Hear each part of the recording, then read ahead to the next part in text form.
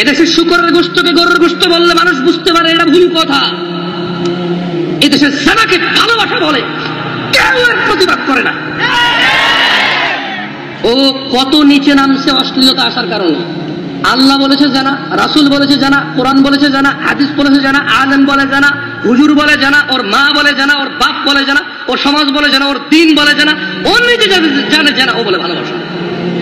ও বলে কি ভালোবাসা? বিয়ে করে না, এটা নাকি ভালোবাসা? তাহলে জানা কোনটা? তাহলে জানা কোনটা? এটা যদি ভালোবাসা হয়, জানা কোনটা? আল্লাহ আমাদেরকে বুঝার তৌফিক দান করুন।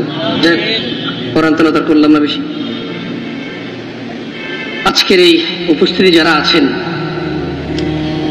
যারা ইলম অর্জনের জন্য এতটুকু এসেছেন, রাসূল সাল্লাল্লাহু আলাইহি ওয়াসাল্লাম বলছে যে ব্যক্তি ইলম অর্জনের জন্য আল্লাহর রাস্তায় বের হয়, আল্লাহ সুবহানাহু ওয়া তাআলা তার জন্য জান্নাতের রাস্তা সহজ করে দেন।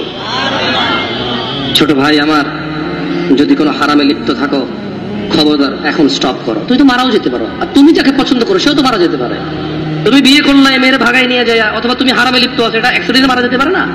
তো ফিরে আনতে পারবা? ফিরে আনতে পারবা মৃতকে? কেন এমন করছো? তাহলে এগুলা বন্ধ করো। আমি তোমাকে বন্ধ করাইতে পারবো না, এতটুকু আস্থা রাখো, তোমার পূর্বে কোন অশ্লীল মানুষ সফল হয়নি, তুমি আর তোমার পরে কেউ সফল হইতে পারবে না।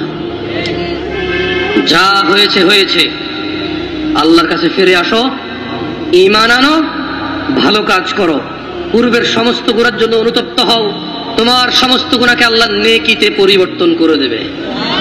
এটাই সূরা ফুরকানে আল্লাহ বলেছেন, আকুলু কওলি হাযা ওয়াস্তাগফিরুল্লাহ লি ওয়া লিসাইরিল মুমিনিনা ওয়াল মুমিনাত ফাস্তাগফিরু ইন্নাহু হুয়াল গফুরুর রহিম।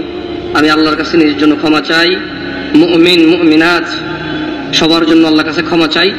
আপনারাও আল্লাহর কাছে নিজের জন্য ক্ষমা চান, আমার জন্য ক্ষমা প্রার্থনা করেন আল্লাহর কাছে।